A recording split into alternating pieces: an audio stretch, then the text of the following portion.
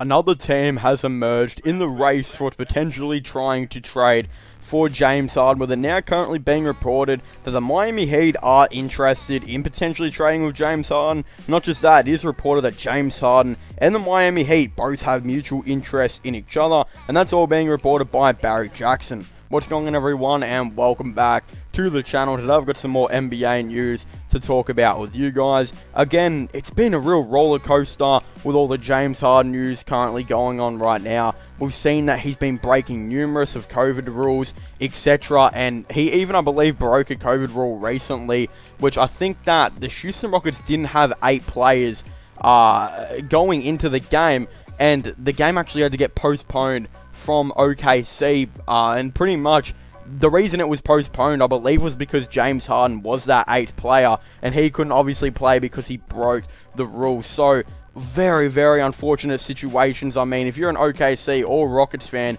you got to be extremely disappointed that the reason your game wasn't playing was because a player like James Harden was doing what he was doing. So, it's again a very big mess, and he's really lowering his trade value right now, which is possibly what he, kind of wants to do. It does look like he wants to be out of the Houston Rockets and doesn't look like he wants to be playing for them. And again, if you disagree with me on that, I think it's pretty evident just based on the fact that if he wanted to be right now on the Houston Rockets, he wouldn't be doing the silly stuff that he's going and doing right now, as not only is it costing his team, but it's really affecting the NBA. And with all the recent stuff that's happening, I wouldn't be surprised if James Harden was to get a massive fine or suspension by the NBA. And honestly, I think a lot of people believe that he deserves one, and I wouldn't be surprised if one was to actually come around.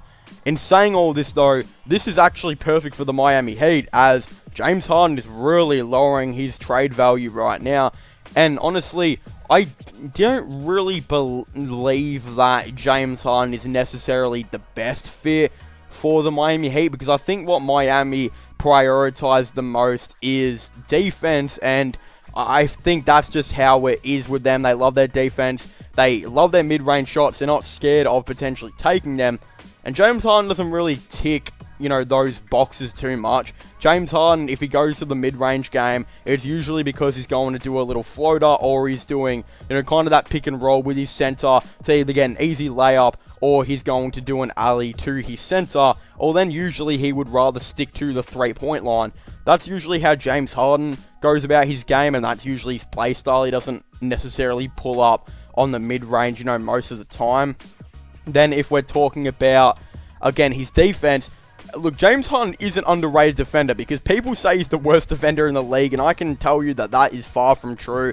James Harden is not the worst defender in the league, he's just very average. So again, he doesn't necessarily check the box of being an above average defender, which is usually what the Miami Heat prioritize. But in saying that, it's not like they do, they don't have above average defenders everywhere on the team. For example, Duncan Robinson, Tyler Hero, etc. are not above average defenders. They are average defenders. So again, there are the minority on the team. There is a little bit of players that are, again, not exactly the best defenders, but that is the minority, and the majority of it is the team is pretty good defenders. But again, I'm not exactly too sure what the Miami Heat are doing. I think they are really saving their cap space to go out and get a good player. And the reason I'm saying that is just based on the fact that they actually let players go that they could have potentially re-signed. For example, Jay Crowder accepted a 3-year deal worth $30 million, $10 million per season to join the Phoenix Suns. If the Miami Heat wanted to sign him back, they could have easily re-signed him back. Derrick Jones Jr. as well, signed for, I believe, a 2-year, $19 million deal. So that's about, again, $9.5 million, I believe, to go to, per season, to go to the Portland Trailblazers. They could have easily re-signed him back as well. But again, if you re-sign both of them, that is about $20 million that you are spending on 2 of these players. Not just that, Myers Leonard signed a 2-year deal, which was $10 million per season with the team. But a lot of people actually don't know that second year, I believe, is a team option, which means they will decline it most likely. So again, that doesn't really matter. It's just the $10 million is a bonus for kind of sticking with the team and not leaving. And obviously, again, the way he played throughout the season, because he was actually pretty underrated for them throughout the majority of the season. So in saying this, you lose Derrick Jones Jr., you lose Jay Crowder, Myers Leonard will probably end up going back on the minimum or something like that. That's automatically, that $30 million that they will have just saved. Not just that, there will be more money they'll probably potentially free up here and there as well. Still don't know what's going on with the Goran Dragic situation. I believe he signed a 2-year deal, which will, I think, like $19 million per season. Who knows what's going to happen with him? He could be traded next season as well. He's a very underrated player and acted like a third star in the playoffs for the Miami Heat. But when we're talking about James Harden, this is the perfect situation now for the Miami Heat, because James Harden, he has really lost a lot of trade value, and the Miami Heat might not be able, they could probably get him for less than what they were originally actually going for. Originally, I believe the rumored trade was going to be Tyler Hero, 3 to 4 first round picks, and a sign and trade of Derrick Jones Jr. and Jay Crowder. That's what it was in the offseason, but obviously Jay and Derrick Jones Jr. both left. So they both left. This is where I could kind of see it going right now, is I feel like at the end of the season, I don't know if Goran Dragic is never necessarily going to regress, but he's about 35 years of age and he does have some trade value, so they could flip him to the Rockets and the Rockets could flip him to somewhere else potentially. But if it comes to the deadline, what it could be is, I don't really feel like the Miami Heat are going to want to get rid of Tyler Hero, but I think what a trade that the Houston Rockets could definitely accept could definitely be like here's just one suggestion: Goran Dragic, Kendrick Nunn, Duncan Robinson, and 3 first-round picks would actually be pretty fair for a player in James Harden, who's most likely going to get banned and is losing his trade value literally every second, and has already said he's not going to re-sign with the team. Again, his value has dropped a lot, and I feel like that's actually a pretty good return for the Houston Rockets. I mean, they automatically get a young starting point guard who I believe is about 24 to 25, and Kendrick Nunn. They get Duncan Robinson, who is a shooter who's entering his prime, about 26, 27.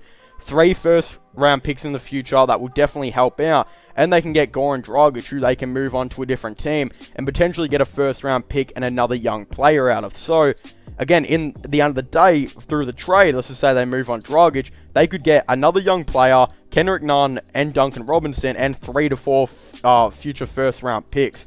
Again, that's just one suggestion I have. The other one would be about 3 to 4 first-round picks in the future as well, and maybe Tyler Hero and potentially Kendrick Nunn rather. So that's one that I could potentially see happening, and that's if the Miami Heat want to keep Goran Dragic. But again, I just don't know if they're going to have the cap to do that. But honestly, it's the Miami Heat. They're a big franchise with a lot of money. They'll probably try and do it. And then a starting 5 would definitely start to look very interesting. That could legitimately be a starting 5 of Goran Dragic at point guard, James Harden at shooting guard, Jimmy Butler at small forward, Bam Adebayo at power forward, and Myers Leonard at center. I cannot see that team not potentially winning the championship. I mean, if Jimmy Butler and, Bam Adebayo could go to the finals with Goran Dragic and a couple injuries here and there, then you're telling me that a team of not just, all of those players, but obviously a MVP type caliber player in James Harden, you're telling me that team probably wouldn't win the championship? Again, I'm guessing it most likely would. I feel like that team has everything.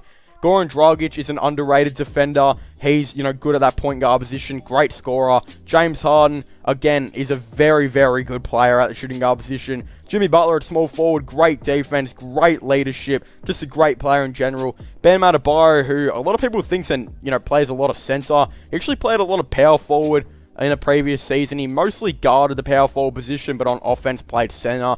But again, on that defense, mainly played the power forward. Well, Myers Leonard, kind of stuck to the center position, but on offense, kind of played like a power forward. That's just how it mainly went. But again, that starting 5 is real lethal, and the bench unit could definitely be very interesting as well. Like, if they're able to, keep some of these players off the bench, it could actually start to look like a really, really good team.